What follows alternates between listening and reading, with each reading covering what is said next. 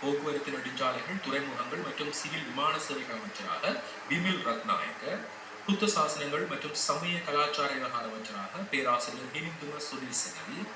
சுகாதார மற்றும் ஊடகத்துறை அமைச்சராக டாக்டர் நலிந்த ஜெயதிச, பெருந்தோட்ட மற்றும் சமூக உட்கட்டமைப்புத்துறை அமைச்சராக சமந்த வித்யாரத்ன,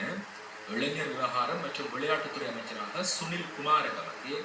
வர்த்தகம், வணிகம், உணவு பாதுகாப்பு மற்றும் கூட்டுறவு மேம்பாட்டுத்துறை அமைச்சராக வசந்த சமரசிங்க, விஞ்ஞானம் மற்றும் தொழில்நுட்ப அமைச்சராக பேராசிரியர் கிஷாந்த அபேஷேன, தொழில் அமைச்சராக பேராசிரியர் அனில் ஜெயந்த பெர்னாண்டோ, வலுச்சக்தி அமைச்சராக பொறியியலாளர் குமார ஜெயகொடி,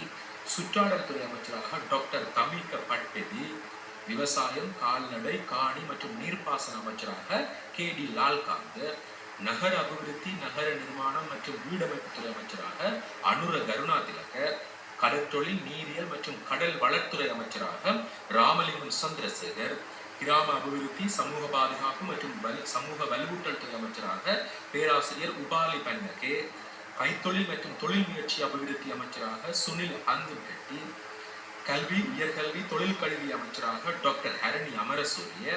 வெளிவிவகாரம், உள்நாட்டு வேலைவாய்ப்பு, சுற்றுலாத்துறை அமைச்சராக விஜித் ஹேரத், பொது நிர்வாகம், மாகாண சபை, உள்ளூராட்சித்துறை அமைச்சராக பேராசிரியர் சந்தன அபேரத்ன,